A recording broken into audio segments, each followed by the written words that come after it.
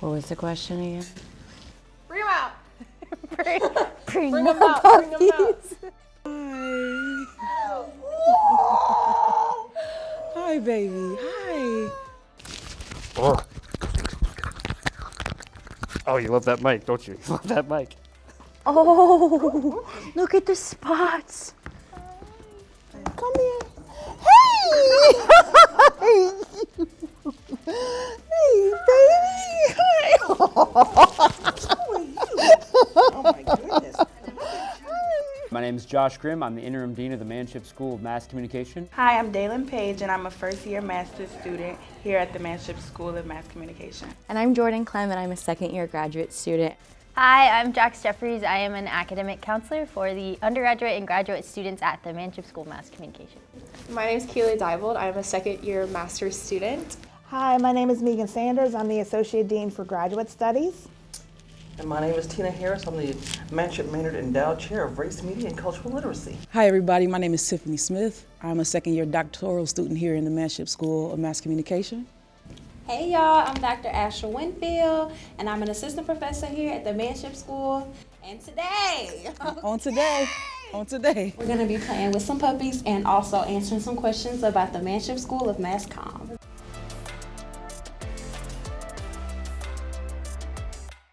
It's coffee for me, something sweet, more sweet and sugar than coffee. But yeah, coffee, definitely coffee. I'm definitely a coffee person. Cafe Bustelo is my favorite if I'm at home. And if I'm at Starbucks, I'm going for a caramel macchiato. Okay, that's cute. I'm right in between. I love a good coffee, dark roast, because I feel like I can handle it, and I realize that I cannot. But if I do a tea, it's a cute ginger tea, a touch of honey, a splash of lemon, and a well-wish, okay? I actually prefer tea. I associate coffee with all night. It's from grad school. I associate coffee. I associate coffee with all-nighters, and not in a good way. So I prefer tea, but from Starbucks, I like a grande 5-pump vanilla latte or grande hot chai tea latte. Coffee in the morning and tea in the evenings. That's how I roll. And my go-to coffee order, it's usually pretty standard. It's usually an oat milk latte.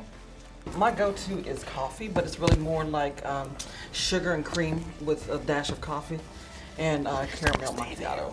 Are you just gonna stay there?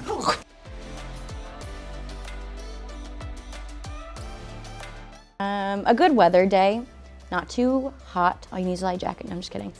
I would say like just being around like happy, good people.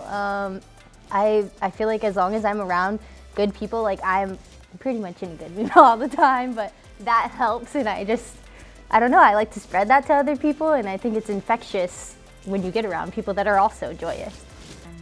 Being around my family. Yours are so deep. I'm like, weather.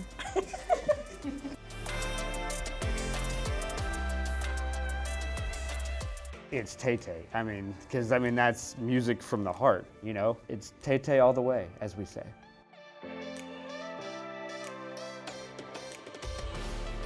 So anyone who walks in my office, they always eventually see them. But I have a thing for Funko Pops, especially superhero Funko Pops. So they're all on the shelves, and someone placed them around the windowsills, and so they're like surprise Funko Pops around the room. So yeah, people don't always expect to see that when they walk in.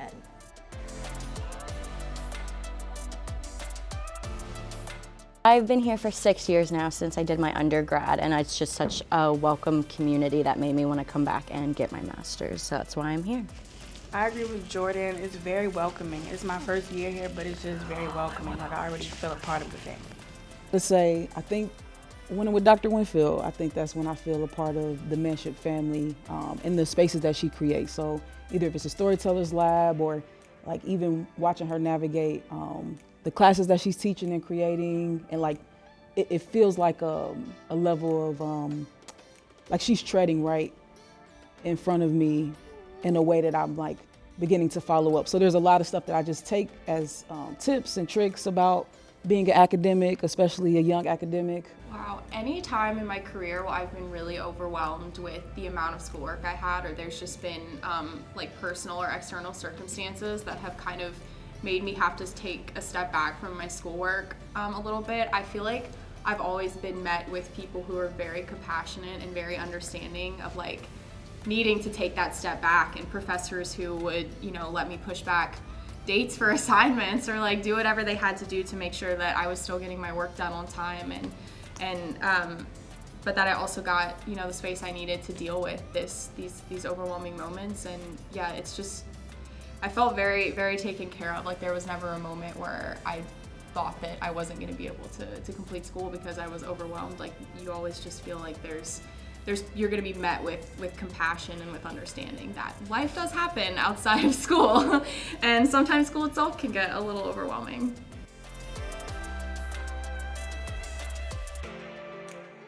I love the most about Louisiana are the people. My first time visiting, oh, okay, that took oh, that was cold. Hey, boo, hi. Wait, what are you doing? Okay, the thing about Louisiana is the people. Yes, they are so kind.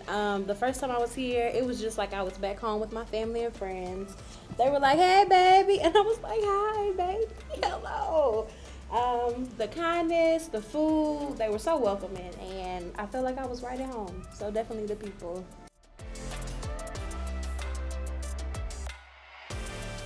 Speak from your heart and like why you would want to come to the Manship School, and what our degree is going to give you. What are you looking for professionally, and definitely explore like our faculty and see like who would you maybe want to work with and whose research is interesting and what really draws you to our program.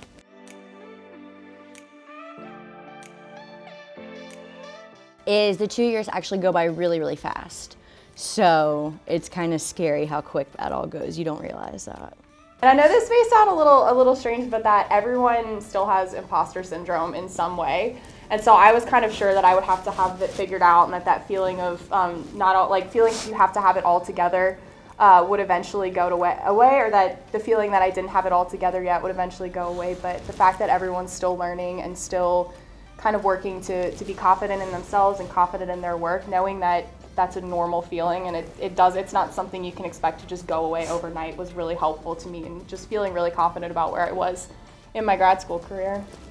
I think it's your support system from every level, but academically, like I found a good group in my cohort, and we set aside time to meet and discuss what's kind of going on, keep each other on track. So that's been a really good system for us.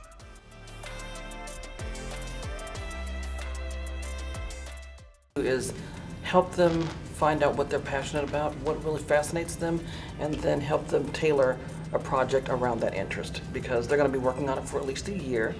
And if they excuse me, choose something just for the sake of like getting through the program, it's not going to work. And so I just want them to find something that's going to keep them engaged, and then just be creative in terms of how we can develop that.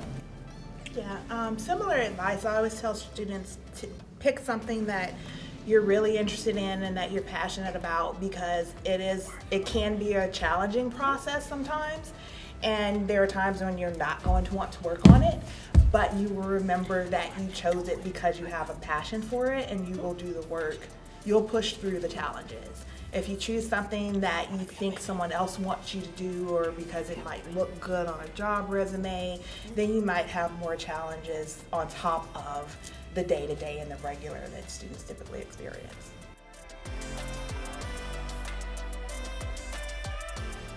Yeah, I would say for me, as an advisee and a graduate assistant, I think just navigating relationships can be like, it's just a navigation of learning each other both personally and professionally. But what I will say about Dr. Winfield is she just makes room for everybody's gifts. So I think when she brings in students, or for instance with me, she wants to say, okay, what in this project do you want to work on, and where do your gifts land, and how can they be best utilized?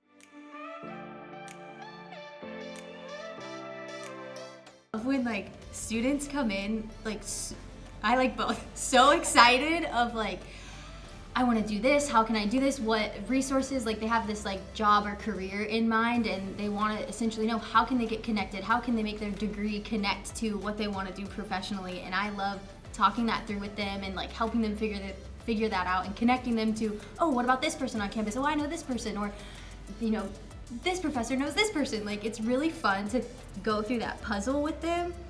But I also like when students come in like super stressed and overwhelmed, and I'm just like, it's okay. Like our whole thing here just collectively is like, I want you to leave my office happier than you came in. And so just helping them figure out what we are gonna do with whatever situation they're in and just getting them to a better place that when they leave, they're like, okay, like I got it, I can do it, I can take the next step, and they're less stressed and more happy than when they came in. The best part of my job is the students.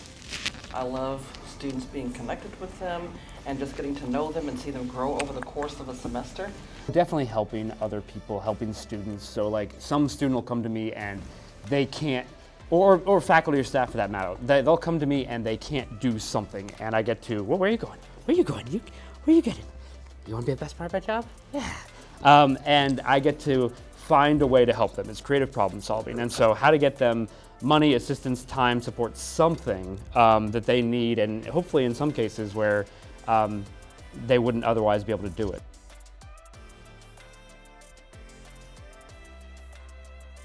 Ask more questions, Jasmine. I'm trying to think of more. You did a good interview.